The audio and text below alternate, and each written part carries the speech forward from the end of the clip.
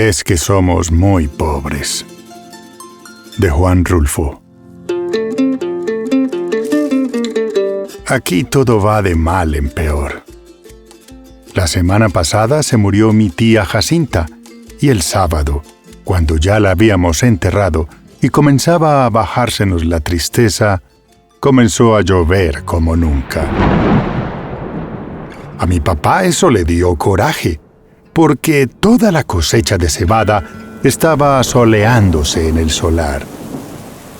Y el aguacero llegó de repente, en grandes olas de agua, sin darnos tiempo ni siquiera a esconder aunque fuera un manojo. Lo único que pudimos hacer, todos los de mi casa, fue estarnos arrimados debajo del tejabán, viendo cómo el agua fría que caía del cielo quemaba aquella cebada amarilla tan recién cortada. Y apenas ayer, cuando mi hermana Tacha acababa de cumplir 12 años, supimos que la vaca que mi papá le regaló para el día de su santo se la había llevado el río. El río comenzó a crecer hace 3 noches, a eso de la madrugada. Yo estaba muy dormido y, sin embargo, el estruendo que traía el río al arrastrarse me hizo despertar enseguida y pegar el brinco de la cama con mi cobija en la mano, como si hubiera creído que se estaba derrumbando el techo de mi casa. Pero después me volví a dormir, porque reconocí el sonido del río y porque ese sonido se fue haciendo igual hasta traerme otra vez el sueño. Cuando me levanté, la mañana estaba llena de nublazones y parecía que había seguido lloviendo sin parar. Se notaba en que el ruido del río era más fuerte y se oía más cerca. Se olía como se huele una quemazón, el olor a podrido del agua revuelta. A la hora en que me fui a asomar, el río ya había perdido sus orillas. Iba subiendo poco a poco por la calle real y estaba metiéndose a toda prisa en la casa de esa mujer que le dicen la tambora. El chapaleo del agua se oía al entrar por el corral y al salir en grandes chorros por la puerta. La tambora iba y venía caminando por lo que era ya un pedazo de río, echando a la calle a sus gallinas para que se fueran a esconder a algún lugar donde no les llegara la corriente.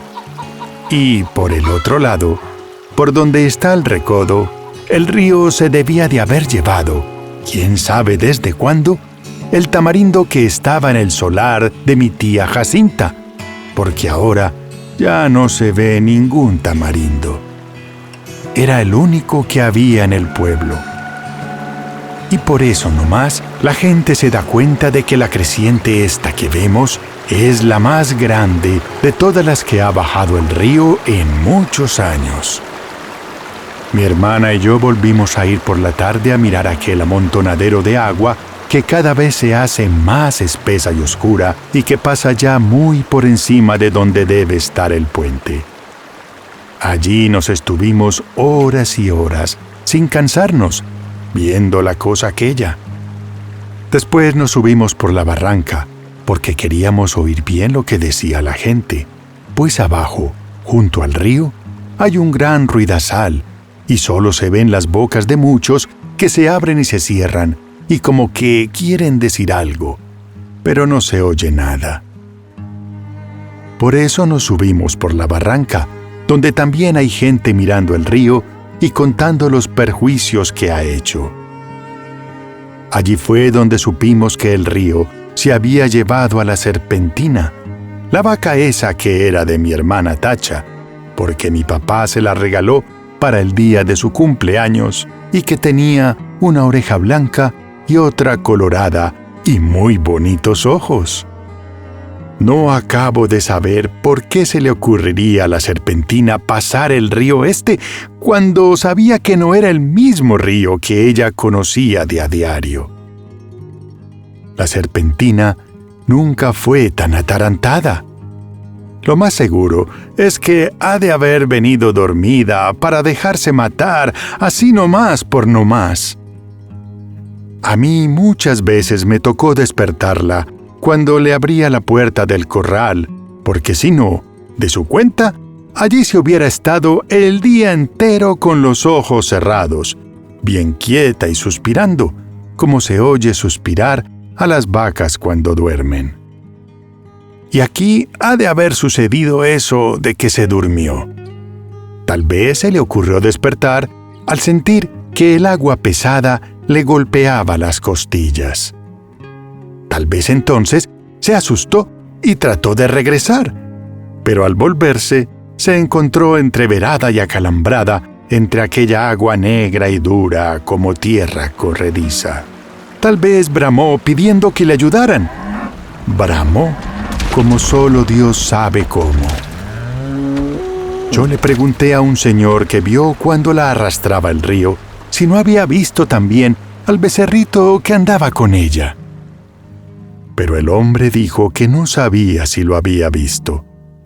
Solo dijo que la vaca manchada pasó patas arriba, muy cerquita donde él estaba, y que allí dio una voltereta, y luego no volvió a ver ni los cuernos, ni las patas, ni ninguna señal de vaca. Por el río rodaban muchos troncos de árboles con todo y raíces, y él estaba muy ocupado en sacar leña, de modo que no podía fijarse si eran animales o troncos los que arrastraba.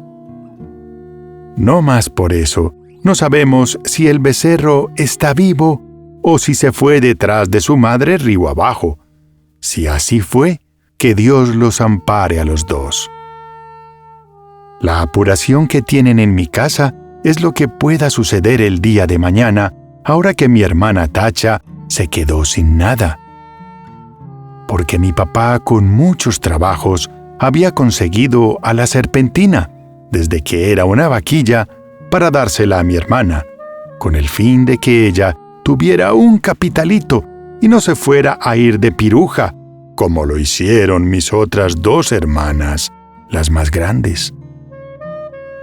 Según mi papá, ellas se habían echado a perder porque éramos muy pobres en mi casa y ellas eran muy retobadas. Desde chiquillas ya eran rezongonas, y tan luego que crecieron, les dio por andar con hombres de lo peor, que les enseñaron cosas malas. Ellas aprendieron pronto y entendían muy bien los chiflidos cuando las llamaban a altas horas de la noche. Después salían hasta de día. Iban cada rato por agua al río y a veces, cuando uno menos se lo esperaba, allí estaban en el corral, revolcándose en el suelo, todas encueradas y cada una con un hombre trepado encima. Entonces mi papá las corrió a las dos. Primero les aguantó todo lo que pudo, pero más tarde ya no pudo aguantarlas más y les dio carrera para la calle.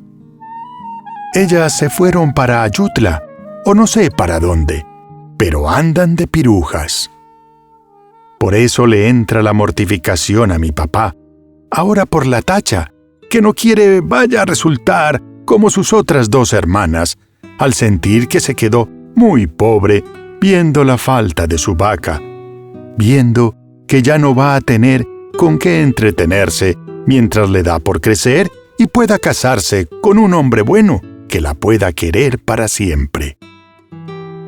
Y eso ahora va a estar difícil.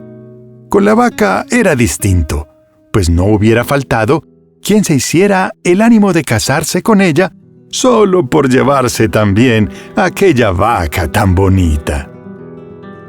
La única esperanza que nos queda es que el becerro esté todavía vivo. Ojalá no se le haya ocurrido pasar el río detrás de su madre. Porque si así fue, mi hermana Tacha está tantito así de retirado de hacerse piruja. Y mamá no quiere. Mi mamá no sabe por qué Dios la ha castigado tanto al darle unas hijas de ese modo, cuando en su familia, desde su abuela para acá, Nunca ha habido gente mala. Todos fueron criados en el temor de Dios y eran muy obedientes y no le cometían irreverencias a nadie. Todos fueron por el estilo. ¿Quién sabe de dónde les vendría a ese par de hijas suyas aquel mal ejemplo? Ella no se acuerda. Le da vueltas a todos sus recuerdos y no ve claro dónde estuvo su mal o el pecado de nacerle una hija tras otra con la misma mala costumbre. No se acuerda. Y cada vez que piensa en ellas, llora y dice: «Que Dios las ampare a las dos». Pero mi papá alega que aquello ya no tiene remedio. La peligrosa es la que queda aquí, la tacha, que va como palo de ocote, crece y que ya tiene unos comienzos de senos que prometen ser como los de sus hermanas, puntiagudos y altos y medio alborotados para llamar la atención. Sí, dice, le llenará los ojos a cualquiera donde quiera que la vean, y acabará mal. Como que estoy viendo que acabará mal. Esa es la mortificación de mi papá. Y Tacha llora al sentir que su vaca no volverá porque se la ha matado el río. Está aquí a mi lado, con su vestido color de rosa, mirando el río desde la barranca y sin dejar de llorar. Por su cara corren chorretes de agua sucia, como si el río se hubiera metido dentro de ella. Yo la abrazo, tratando de consolarla, pero ella no entiende. Llora con más ganas. De su boca sale un ruido semejante al que se arrastra por las orillas del río, que la hace temblar y sacudirse todita, y mientras la creciente sigue subiendo. El sabor a podrido que viene de allá salpica la cara mojada de Tacha, y los dos pechitos de ella se mueven de arriba a abajo, sin parar, como si de repente comenzaran a hincharse para empezar a trabajar por su perdición.